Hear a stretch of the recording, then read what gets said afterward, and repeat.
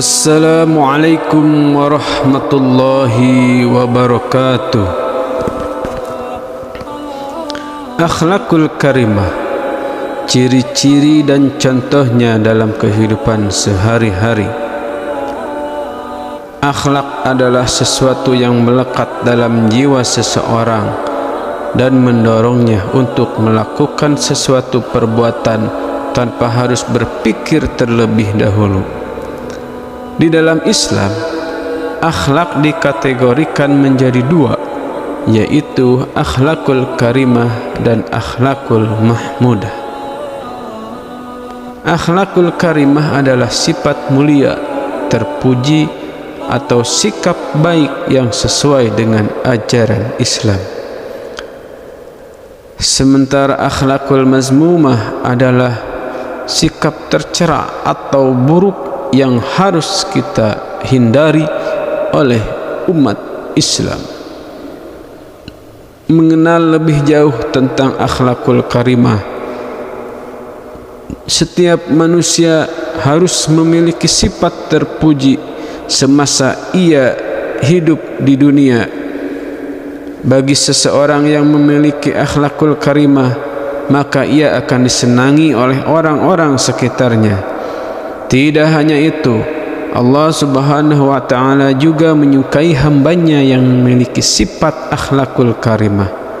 Kelak surga akan menantinya bagi umat muslim yang selalu bersikap baik selama hidupnya.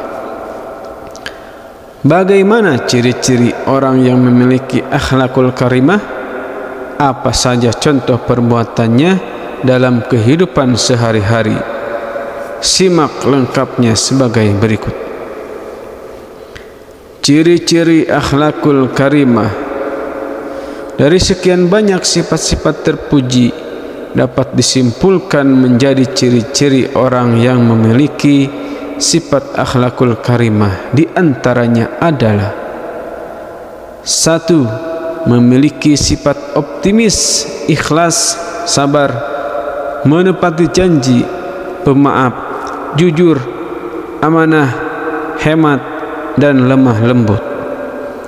Yang kedua, as-saja'ah, berani menegakkan kebenaran. Yang ketiga, al-qanaa'ah, sederhana, merasa cukup dan adil.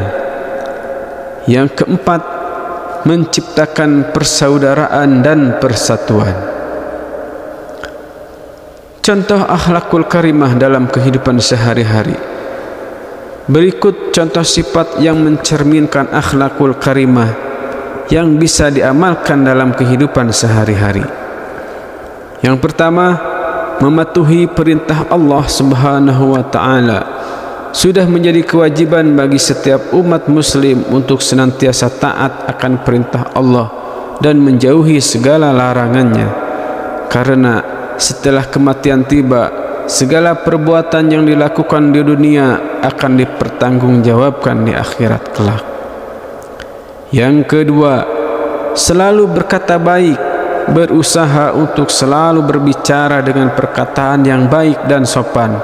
Sudah jelas diajarkan di dalam Al-Quran, tepatnya pada surat Al-Isra ayat 23 yang berbunyi, anak-anak diperintahkan untuk tidak berkata kepada orang tuanya, karena hal tersebut dapat menyakiti hatinya. Yang ketiga, bersyukur kepada Allah, menunjukkan sikap syukur atas segala nikmat yang telah diberikan, baik di dalam hati, perkataan maupun perbuatan. Dengan bersyukur, seseorang akan merasa cukup dan merasa rendah hati sehingga dijauhkan dari sifat sombong.